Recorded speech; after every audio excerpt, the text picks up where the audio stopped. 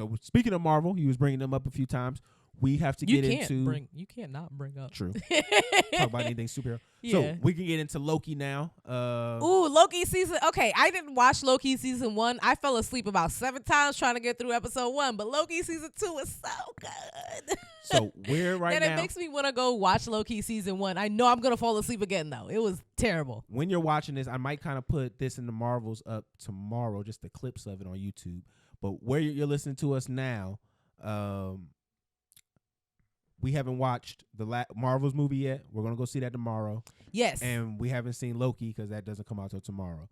So what I want to do is just give our overview of Loki, what we've seen so far in the 5 episodes, give a prediction Enthralled for 6, and then we'll get into Captain Marvel and give our predictions for that, and then we'll wrap it up. I'm captivated by this storyline. Okay, so we're in Loki season 2. If you're not familiar, the last season ended with them learning about He Who Remains and the sacred timeline and how he's been controlled, but he is now. I hope Jonathan Majors gets to keep this fucking role. He's doing such a good job at it, and I just want him to keep it. He was continue his that last scene from season 1 and He Who Remains. He's so good.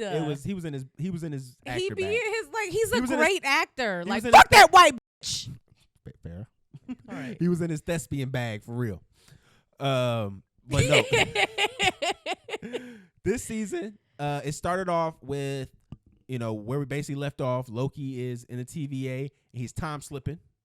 Yes. And basically what that means is that he is able to go through the timeline in a seamless fashion that doesn't create branch timelines the way that we were told in Endgame. For some reason. Yeah. So he just has ability to seamlessly transition through, but it also still flows through time because he ends up running into himself a few times. Mm-hmm. So it starts that off. Doesn't fuck everything up somehow still. Yeah. So they introduce a few new characters, OB, which is the dude from the Goonies, and a few other little characters that are kind of inconsequential. Mm-hmm. But my thing was, I kind of really enjoyed seeing Jonathan Majors in this other role of Victor Timely. So after they figure out what's going on, he's good. He's just a good actor. Yeah, and as they figured out what's going on, they basically have Renslayer come in and they basically set up the paradox where, hey, she brings him the book. This creates someone who is now a Kang variant, and then he comes in and helps save them because right now the TVA is crashing because the Loom is uncontrolled, and they need someone with the signature that is He Who Remains. So that's where they come Victor Timely.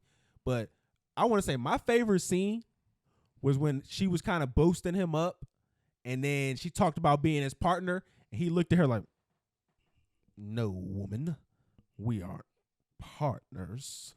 Like, that was my favorite part because I was just thinking like, because you're a misogynist. I was just thinking like, when you be with the chick and she be like, "Yo, let's get this money together," and you be like, "Together, ma'am, no." Because you're a misogynist and you felt that OD. I felt that in my fucking spirit, yo. I was like, yo, that's how you got to do it. Not that partner shit. This nigga is the worst. But then they end up going back and like. As a woman who just wants the bills paid, I don't mind. And then they show another scene with him and Renslayer. He was like, "I'm glad that I chose you. Without you, I wouldn't have been able to win the war."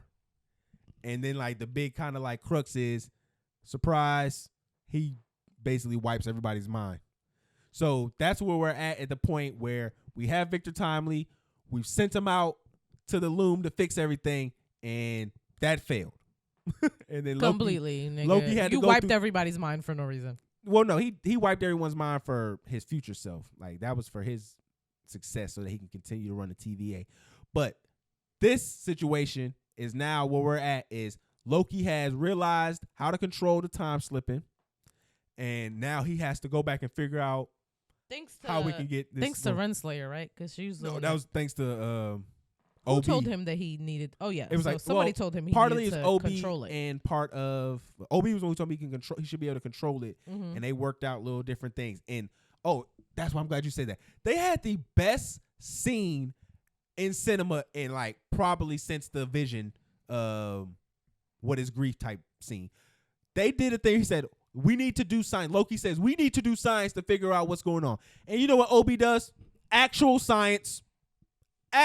he pinches him. Well, we see that it doesn't work on a physical standpoint. Yeah, he literally went through the whole scientific method. Oh right my there. goodness, that felt so good to see. Because I like when you talk to goofy niggas will assume when they say science, that's some type of fucking magic.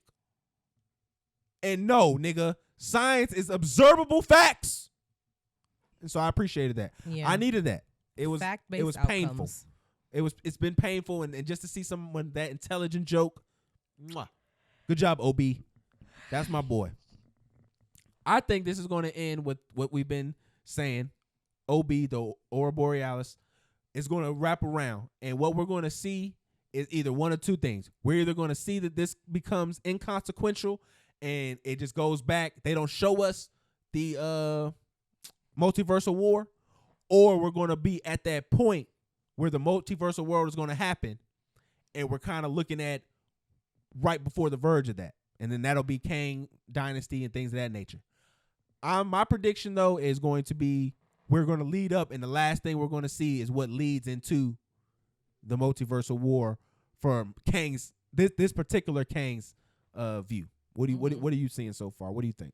Well, I don't know if I can like give you an accurate like what I think is going to happen since I didn't. Mine isn't accurate. It's just a prediction. I don't know because I didn't watch the first season, and I loosely watched the second season with you. The first season is just that point of them meeting He Who Remains. Like that's just him leading to them to that point. Let me tell you what I hope loosely based off what I've watched. So what I hope will happen next season, I feel like in the beginning of the next season, it's gonna be Loki like being on a mission, like him trying to. Well, I don't know if there's gonna be more seasons after this, but oh really? Mm-hmm. This might be the last one. Oh, that's why I'm saying. That's why I wanted your prediction. What do you think is gonna happen? And well, maybe maybe him trying to figure out an exact plan for how he's gonna time slip to make an actual difference, right? And like fix things. And that's kind of been what's in the trailer because they have him where it looks like he's going back multiple times to try different things and get more information. So it might be on something. So just intentionally time slipping to make small changes that maybe make a difference. And then maybe in the first couple episodes, like he makes small changes. We see like, maybe the first episode only. He makes a couple small changes and we see what difference that makes. And he has to keep like editing. Like that would be fun to see. And like the first episode. That sounds like what will potentially happen in like the first episode and then everything wrapping back around. And then also that's what it looks like from the trailer too, where it's like it's going to be like him going there because he has a line where he says like, I don't know what it is, but I'm a god and you're a scientist and we'll figure it out. Like we'll be able to do this multiple times. It's basically what he's a god. Like that doesn't mean anything in this standpoint. But who else has the power to avoid what's happening to time like he does? Well, that's what I'm saying. We don't know if this is a reason that he's doing this because he's Asgardian, which I highly doubt, or because He Who Remain has. That was also my question. Like, what are? Well, he's a ice giant anyway, frost giant. What are other universes experiencing? No, that's where when it comes to this specifically, when it comes to time, because if you think that like on Earth, time is a social construct, right? Then it wouldn't really affect the multiverse at all. So what you didn't see in the first season, this is where it kind of gets kind of time wobbly and all that other stuff. Yeah, explain in it the to me. first season, what's happening is they're on what's called a sacred timeline. So this timeline doesn't necessarily mean it's one particular group of events, but it's a rope of events. They made time a social construct. They make it a social construct. No, but that's what I'm thinking of it as, right? Like things have to happen in a specific way. A construct. They have constructed what they feel like time needs to flow as. Okay, because so they made time make sense like humans did. Well, time was supposed to do is they took out all of the different variants that didn't lead to He Who Remains. That's where the crux of it is they. That's kind of fucked. Yeah, like basically everything. Like if you did something, So that's Renslayer's deal, right? not really. It's she's on his team. She wants to work with the. I thought Renslayer's thing was like there shouldn't be a sacred timeline. No, that's the other Loki, Sophie, or I think that's her name. Yeah, that's the other Loki. She wasn't. Let me switch. She doesn't want any rules. Let me switch what my. I want her to be like, nah, fuck that. This is staying. Like whoever thinks that there should be no sacred timeline. Sophie. Okay, yeah. So the other. I want Sophie Let me make sure we to be a main character in the next season. If that's the case, well, I want her to be. She is a main character. So there. What do you mean? So there's definitely not. It's not continuing. Have said nothing about a third season. Oh. That's why I keep trying to tell you. Like I'm trying to put you in the context of this is the last part. Well, I would like for if there were a next season for a version of Loki to be trying to restore the sacred timeline and Sophie being like, fuck out of here. That's what this season was. Oh, it was? That's what this season was about. So who is Sophie? That's the white woman. That I think is Renslayer? Yes. No, Renslayer is the black girl. The person who you said, the blonde girl. Yes, the blonde girl is the person. Okay, that's who I'm calling Renslayer this whole time. Yeah, that's what I'm trying to explain to you. Okay. She wants the... My bad, guys. I'm fucked up. I told you I loosely watched this shit. But okay, but she joined forces with him in the end. Now, because that she understood that if she lets things go about it, remember when she was in the music station and everything turned into spaghetti? She was learning. Sylvie is her name, not Sophie. Sylvie. Okay. So Sylvie will realize that without the structure of the TVA, the timeline is just going to turn into spaghetti regardless. Well, I feel like she should understand that your timeline exists because the specific structure is in place. If there is no structure, then there is a possibility of your timeline not being a thing. Well, her mind, and you need to be okay with that. In her mind, the structure says she shouldn't exist for simply existing. Like that, her thing was the fact that she was a girl. She was going to do good as a Loki rather than bad. Was why they. Oh, I did not know she was a Loki. Yeah, she's a Loki. She's a Loki variant. That's why she has powers too. Well, I mean, yeah. Fuck! Why didn't I question why she has magic?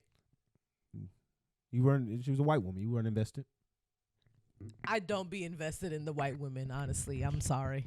But no, that's why I thought her name was Renslayer the whole time because that was a black woman. But yeah, so Renslayer wants the sacred timeline to maintain. The only person who doesn't want the sacred timeline. She's on.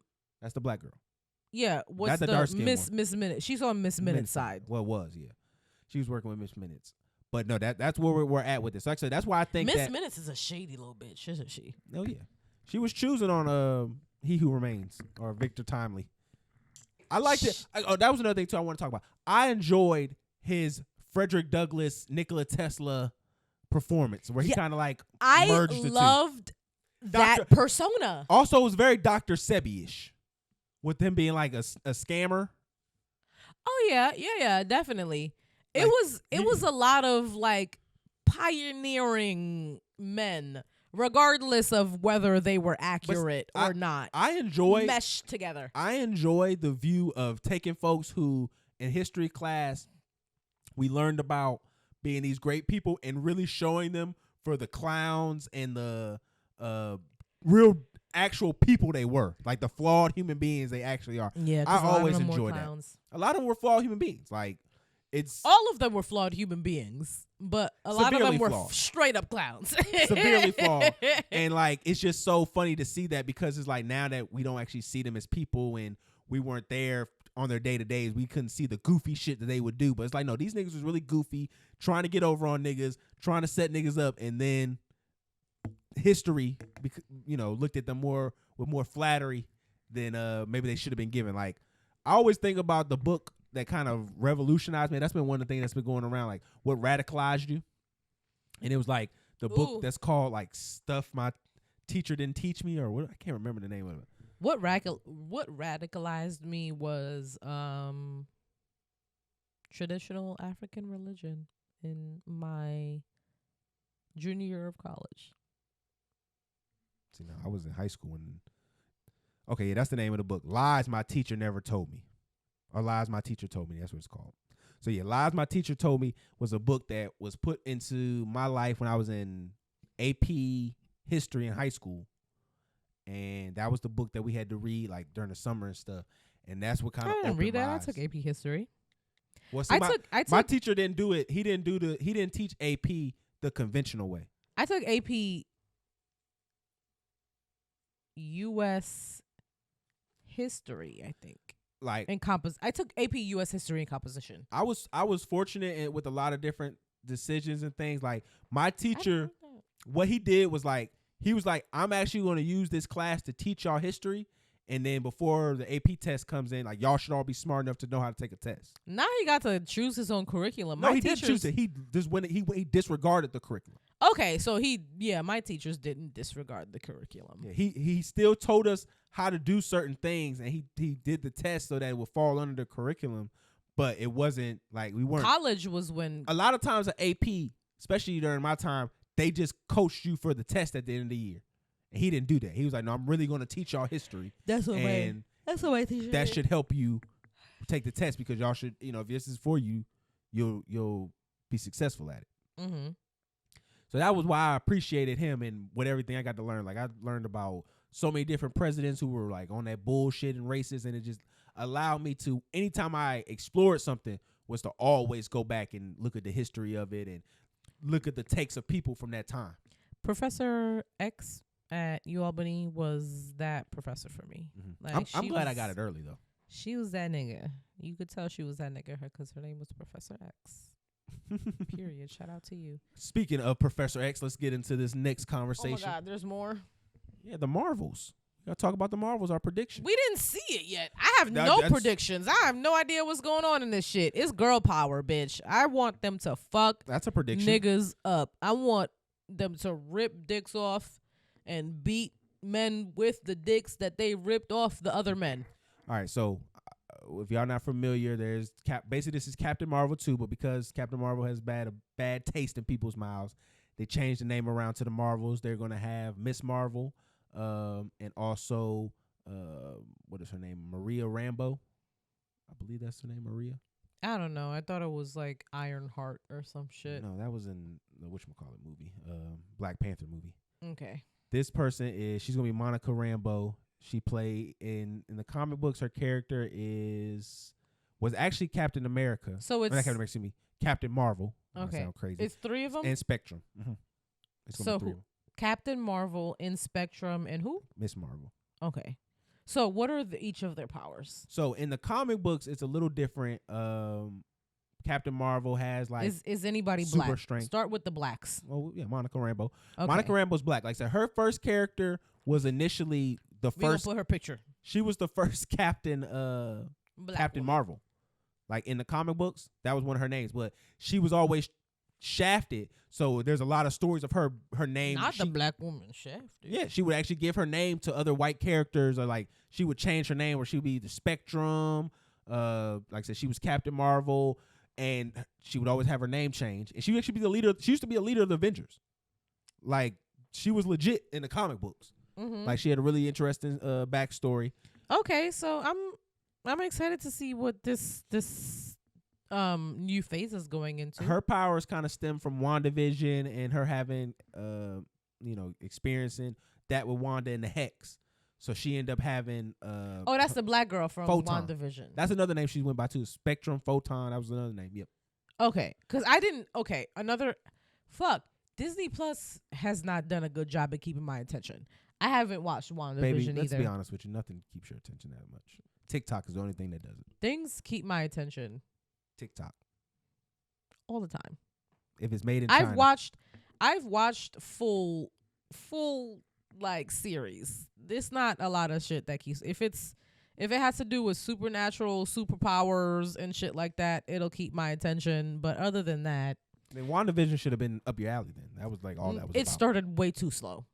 I mean, I always recommend people start at episode 4 when they watch. Yeah, I'm not getting to episode 4. I'm falling asleep before then several times. Well, I mean, I always was able. I felt like whatchamacallit was appealing. I feel like a show like Game of Thrones, after episode 2 it picked up, so I was able to get to that. There's mad shit that I've been able to get through after the first episode or the second episode was okay. But if I have to watch 3+ episodes to get the foundation and be interested, you're not getting me. And that has nothing to do with my lack of attention, honestly. That has to do with your lack of being able to write shit. All right, so then we got Miss Marvel. So she's the Pakistani superhero. Her powers are different from the comics. In the comics, she has the power to what's called embiggen. And what that basically looks like is her stretching, kind of a la to Mr. Fantastic. And the rumor is the reason why they've changed her powers to more of a light base, a la Green Lantern looking power, is so that it doesn't clash with Mr. Fantastic. I think that's bullshit. Yeah. Because her power is a little bit fuck different. Because no, his is stretching. Hers is more like it's not proportionally getting bigger. Like it's a different, even from Ant-Man, like him and getting big and smaller. Like hers is different, and she can actually change what she looks like. Like one of the things she used to do is look like the old white. So it's more morphing. Yeah, more like morphing. Yeah, like more like body modification. Okay. But now in the comic books, that's doper. She's an X-Men, and she's a mutant now, and they also have kind of started with that. And actually, in the comic books, the person who created her wanted her to be an X-Men. Have they introduced like any new X-Men movies? Or so this is all the they've first? had, they haven't no X-Men movie. They have had X-Men characters in pop up. Yeah, in Multiverse of Madness was the biggest one.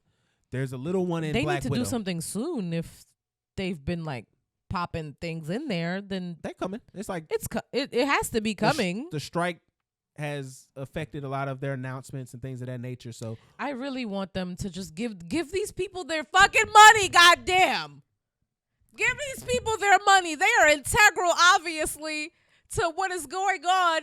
Shit is so boring. There's nothing to watch. Please pay these people. We are bored and we are desperate. No, it's not fun. What's really going to be interesting, though, what's coming up when they actually do have it, will be who they're going to lead this next little X-Men with. Because I think in this movie, there's been like a secret cameo supposed to be happening. I don't think it's going to be anything crazy. I think it's going to be the Captain Marvel from Multiverse of Madness, which was her mom, was Monica Rambeau's mom. And in WandaVision, her mom dies, and she dies of cancer before she gets the opportunity. I think this is what they're going to use her mom to come in, and now you got 4 Captain Marvels. I think that's going to happen in like the middle of the movie. Mm-hmm. I have seen a little bit of the end credit scene, so I think that's going to be kind of interesting. They said there's 2. My basic prediction is the movie is not going to be accepted by a lot of people. I think a lot of people are going to hate. But I think that with some of the changes they made, this is probably going to be one of the more integral parts to what leads up to the Kang Dynasty and stuff. I hope it is. I think it's going to have like more to do with like the universes bleeding into each other, the incursions. I think like that is going to be a big byproduct of this movie, because I think if you wanted to make it important and make it people care, you got to make it like canon to the bigger story. Yeah. All right, so did you have anything you want to add? No, let's wrap it up. All right, we're going to wrap it up. 2 hours now, baby. Yeah, we are. But the